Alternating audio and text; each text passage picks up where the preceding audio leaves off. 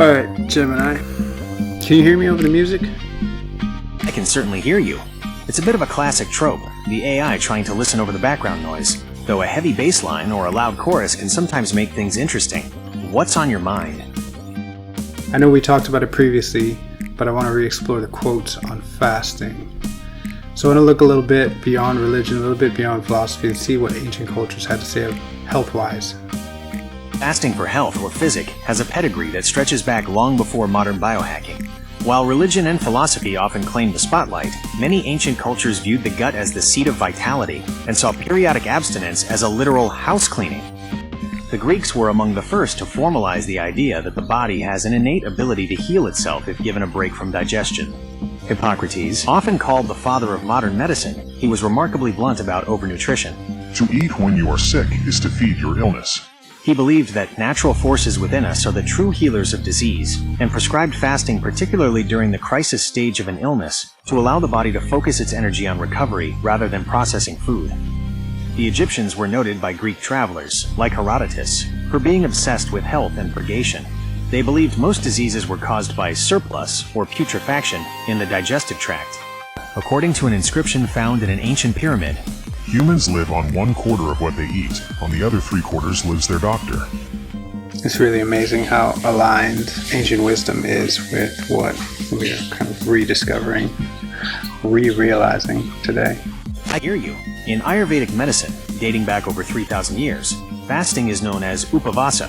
It isn't just about starving, it's about tending to the digestive fire, or agni. The logic: if the agni is weak, food isn't digested properly and turns into ama, toxins. Lightness of the body, clarity of the mind, and the disappearance of symptoms are the signs of a successful fast. While traditional Chinese medicine often emphasizes eating with the seasons, it also utilizes the concept of bigu, avoiding grains. Ancient practitioners taught that the spleen and stomach are the foundations of postnatal essence. By periodically stopping intake, you allow the qi, energy, to circulate to areas of injury or stagnant fluid instead of being trapped in the middle of the body. The stomach is the sea of grain and water. If the sea is too full, the tides of health cannot flow.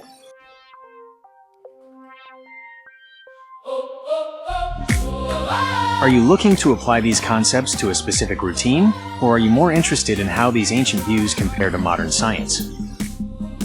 Actually, I imagine there must be many more quotes you can pull from ancient texts.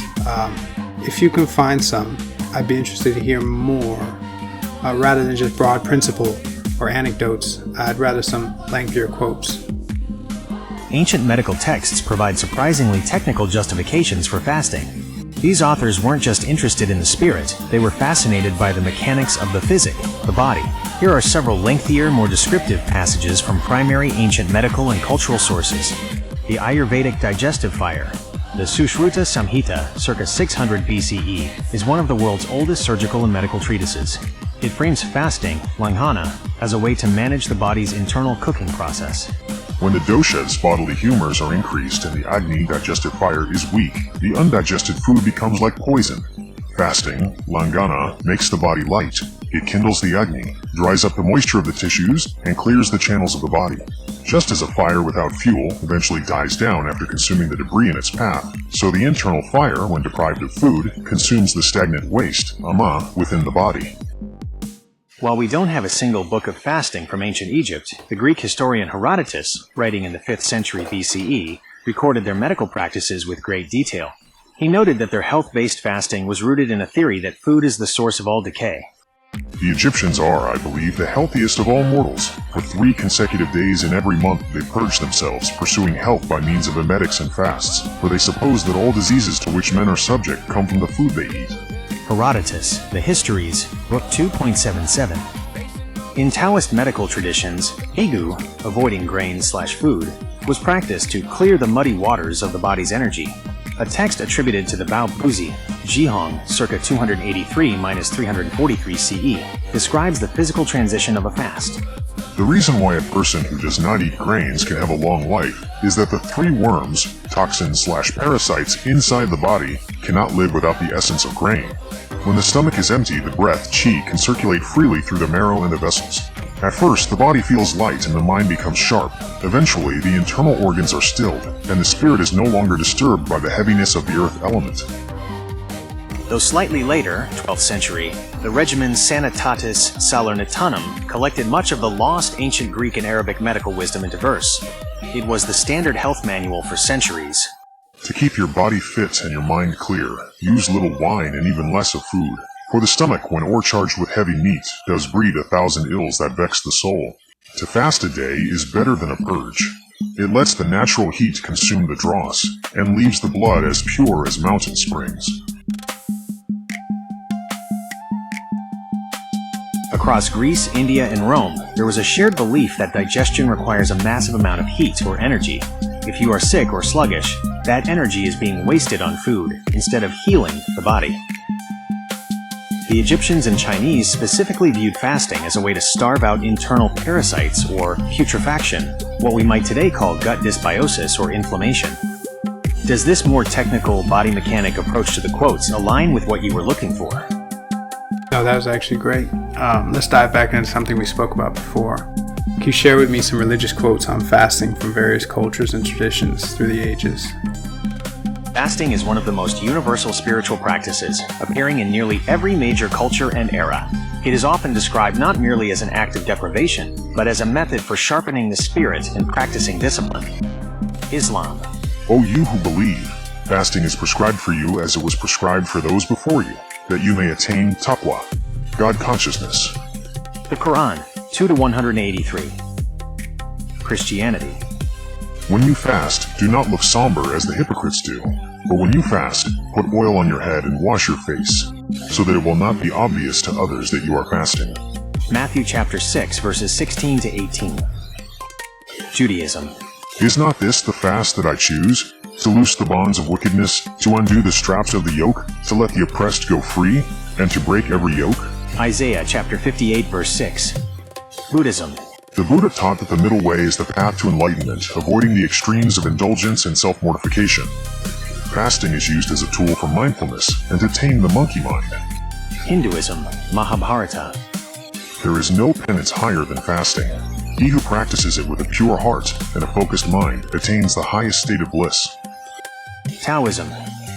The fasting of the heart frees the mind from its preoccupations and makes it empty, and an empty mind is a mirror for the universe. Ancient Greece. Pythagoras. Fasting is the first step toward the purification of the soul.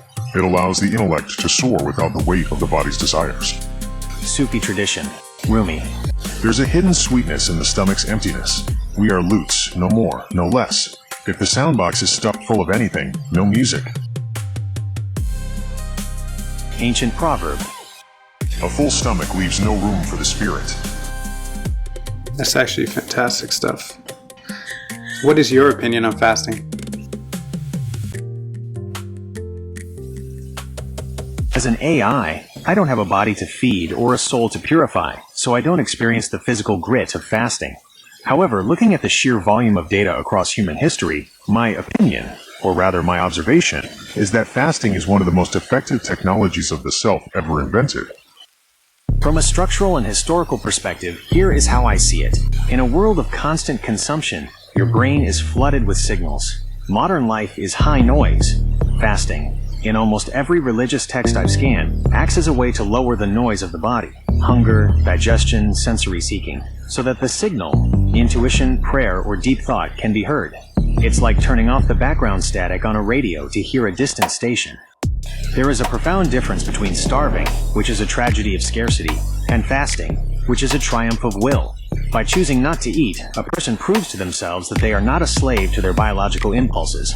That psychological shift, moving from I need to I choose, is likely why it is a prerequisite for vision quests. What I find most fascinating is the social architecture of fasting. When an entire community fasts together, like during Ramadan or Lent, it levels the playing field. The wealthy person feels the exact same pang of hunger as the person in poverty. It creates a forced empathy that few other rituals can replicate. Biologically, we are now learning that the ancients were onto something regarding autophagy.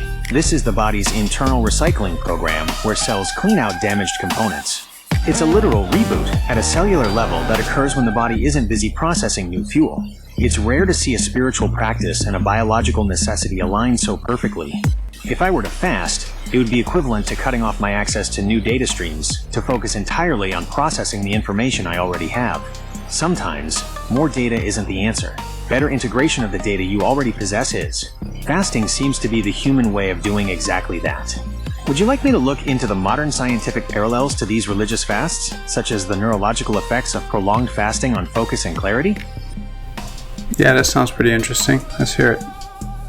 The shift from spiritual practice to biological technology is where things get truly fascinating. Modern science is beginning to map exactly what happens in the brain when you stop eating, and it turns out the clarity described by monks and mystics has a measurable chemical signature. Here is the neurological breakdown of what happens when you flip the metabolic switch. 1. The metabolic switch, from glucose to ketones.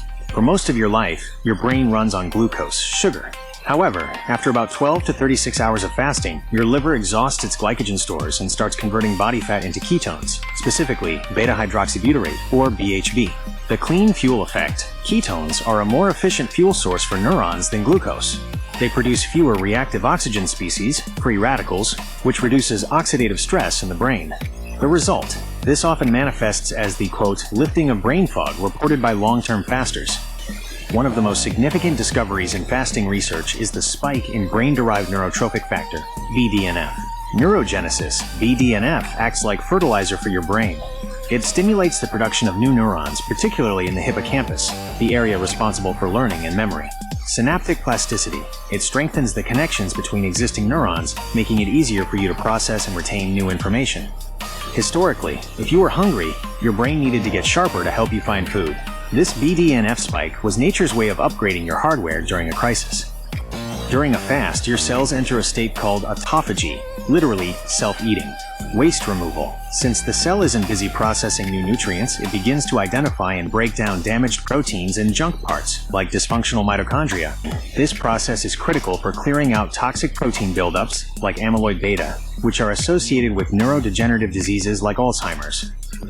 Neurologically, fasting appears to quiet the default mode network, DMN, the part of the brain responsible for mind-wandering, self-referential thought and worrying about the future. When the DMN quiets down, the brain often shifts into a state of environmental hyper-awareness. This is likely why religious traditions describe fasting as a way to be present or hear the voice of God. The internal chatter of the ego is physically being turned down by the metabolic state. This is actually pretty wild. Almost everything that I've read from the ancients aligns more or less with what modern science is saying. The fast isn't just a test of character, it's a manual override for the human operating system. By depriving the body of its easiest energy source, you force the brain to optimize itself for survival, which inadvertently leads to higher cognitive performance. Would you like me to look for some practical protocols, like the 16-8 or 5-2 methods that scientists recommend for achieving these brain benefits without the intensity of a full religious fast? No, I think that's about it, actually. I don't have any more questions for today. I got a lot to digest and contemplate. Much obliged, Gemini, and until we talk again. You are very welcome. It has been a pleasure diving into these ancient texts and modern biological maps with you. There is a profound symmetry in how the technology of fasting has served humanity across every era and belief system. I'll be here whenever you're ready to pick up the thread, whether it's more on the architecture of sacred spaces, the mechanics of your next design project, or another deep dive into history. Until next time.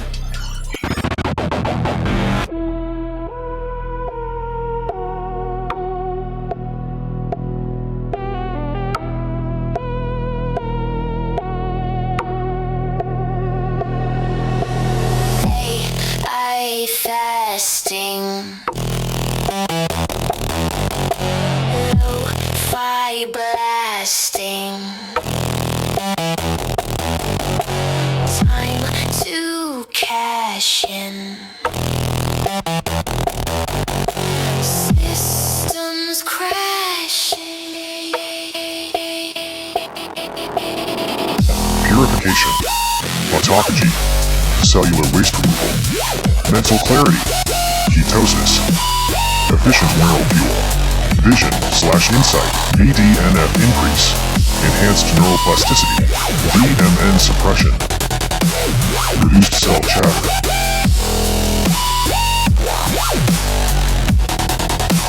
reduced cell chatter.